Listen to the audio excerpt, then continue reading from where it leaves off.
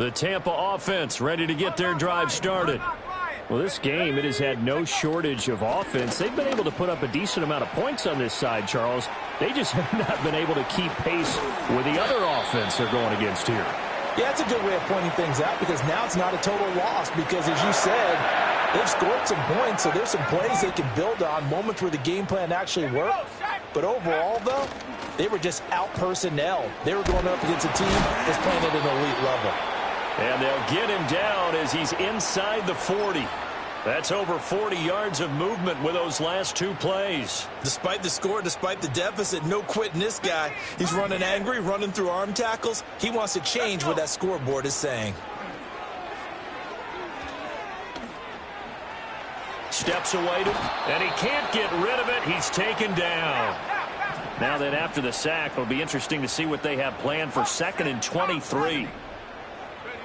Throwing, Duggan. He's going to loft one deep left side here. And that will be incomplete. Tried to dial up the long one way out there, but it'll be 3rd down. The Bucs on 3rd down. They've been okay, 2 for 3 thus far. This will be 3rd and a mile. Here's Duggan to throw. And the throw there going to be incomplete. Well, we've talked about it, CD, but it bears repeating. They are struggling to throw the football. All the interceptions and more incompletions. It just doesn't look like things are in sync out there. I would agree with that, and it's not a good day when you feel like an incomplete pass is almost a win for you because it wasn't intercepted. And I think the receivers now, when they're running their routes, they want to catch the ball, but they also want to make sure that the defenders don't take it away. And they're indeed going to go for it here on 4th down. So trailing here in the last quarter, let's see how this plays out. As expected, they're going for it to keep the drive alive. He's going to loft one deep left side here. And now here is another interception. And the Packers are going to get the ball back on the turnover as they hold on 4th down. Gosh, you add up last week and this week now, that's 9 interceptions in this 2-game stretch, and we're not done here. It's almost as if they can't even believe their eyes. Or maybe, partner, is the confidence level in him so high that they believe he'll get out of it and make plays for them to win a game. Well, they've said they believe in him. Now the defense loses him. It's complete. Down the sideline he goes. And he will get this into the end zone. Touchdown, Green Bay. Bo Melton, 79 yards. And the Packers are looking to make it 2 straight as they add on to this 4th quarter lead. Extra point by Patterson, up and good. And the lead is now 24.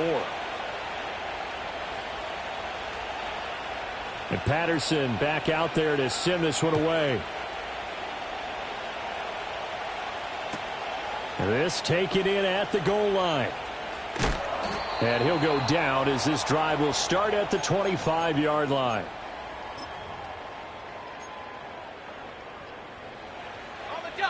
The Bucs offense set to begin their next possession. They are looking to make a bit of a 180. They are sputtering right now. And frankly, I think it's time to call your playmakers together and say, all right, guys, we're going to lean on you through this patch. We need you to get us back on track and get us going in the right direction. So you're calling plays geared to them. Not necessarily what you look at your plays, oh, this hurts the defense. I want the ball in the hands of X, Y, and Z and see if we can move forward. So don't get too cute. Go to the playmakers. Just 2 minutes remaining here in the 4th quarter of what has been a one-sided affair. Back-to-back good plays have them on the move on 1st down. Duggan now to throw. Flush to his right. And that is caught downfield by Thomas. And he's into the end zone for a Tampa Bay touchdown. A great effort there with his 2nd touchdown of the game and 5th on the year. And the Bucs get a bit closer. He's got them out now to a 3-score lead here in the 4th quarter after that one, CD. And, well, he looked right off the line like he knew that that ball was coming his way, and he secured it for 6 points. Yeah, and I think when you're leading by a healthy margin already, It actually loosens you up and allows you to take maybe a few more chances and definitely play with more confidence, because he certainly saw something he could exploit in the defense, and he made sure to let his quarterback know, just get it to me. And the rest was all up to him, and he delivered and made it a 3-score game. And he's going to get in for the score, and the lead now cut to 14.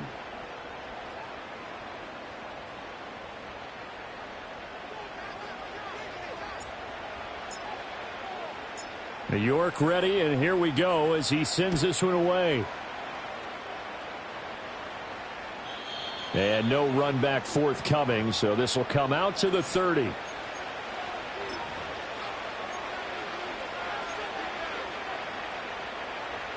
The Packer offense ready to get their next drive underway. And a few kneel downs should come very close to finishing this one off, depending on whether. And he's going to be intercepted for the third time thus far. Picked by Antoine Winfield Jr. And his crew will take over with a football at the 35-yard line.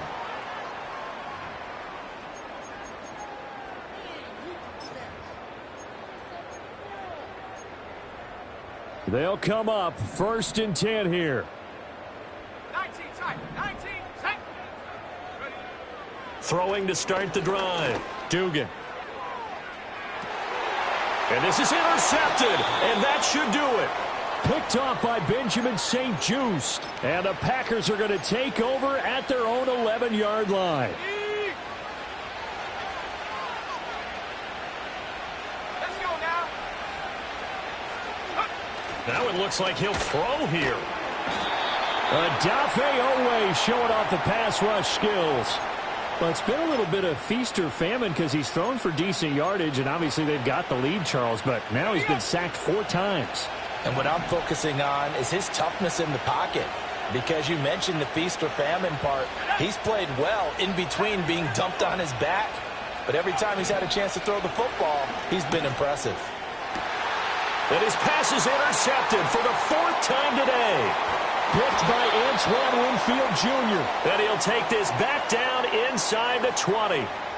And they'll take possession already in the red zone and in a great spot to add points to the scoreboard. And, Brandon, how many times have we seen a defense with a lot of field behind them get even more aggressive, right? They feel like they've got them not pinned down, but in a favorable spot for them. And they took advantage of it there, got a nice interception, and set up their offense in great shape. Under pressure, and he'll go down back at the 26-yard line. They'll come up now on 2nd down.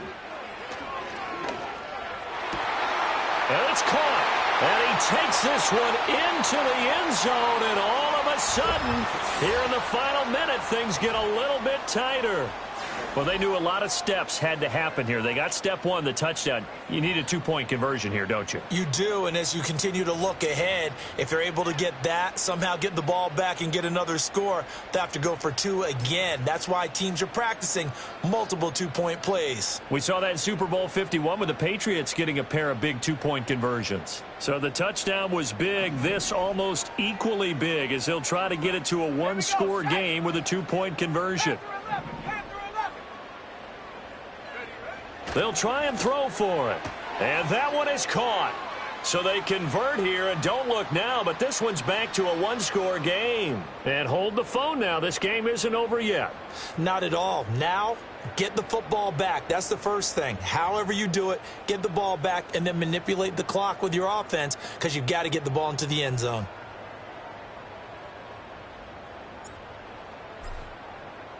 New York ready, and here we go as he sends this one away. And no chance to see a return on the dynamic kickoff. They'll move this out to the 30-yard line.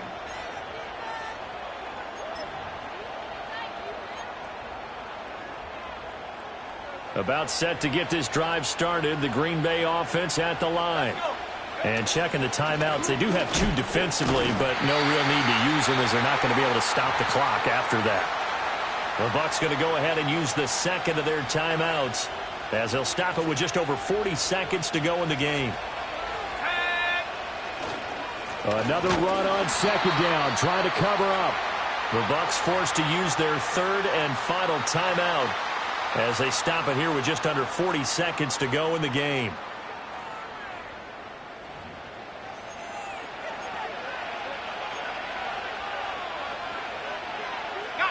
So time to start going in the other direction as they come up now 3rd and long. On the handoff, this is Jacobs. And he'll get this only to about the 38 as they stop him a few yards shy of the line to gain. This offense really put themselves in a tough spot on 1st and 2nd down, needing long yardage to try and pick up a 1st down, and they ended up getting a great run. Explosive, picked up nice yardage.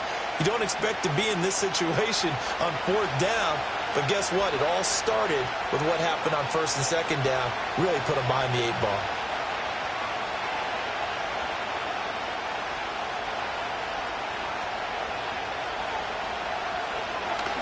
He's averaging just under 50 yards a punt as he gets this away.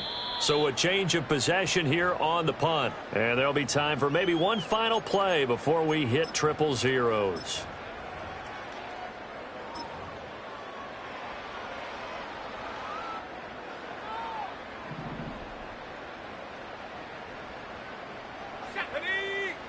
One final shot. They'll look to throw.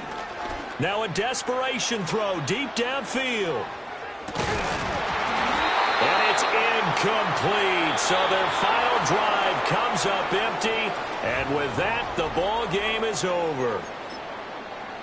Well, it took us until the final play, Charles, to officially decide a winner. Although on that last play they were so backed up, it would have taken a miracle, and they couldn't get that miracle done.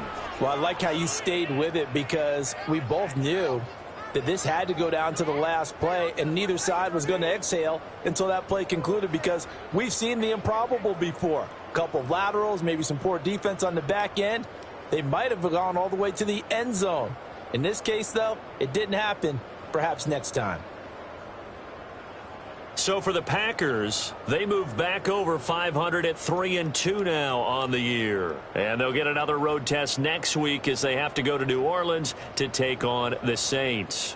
Meanwhile, for the Buccaneers, they drop below 500 to 2-3 with a loss. And they'll be on the road next week for a matchup with the Carolina Panthers.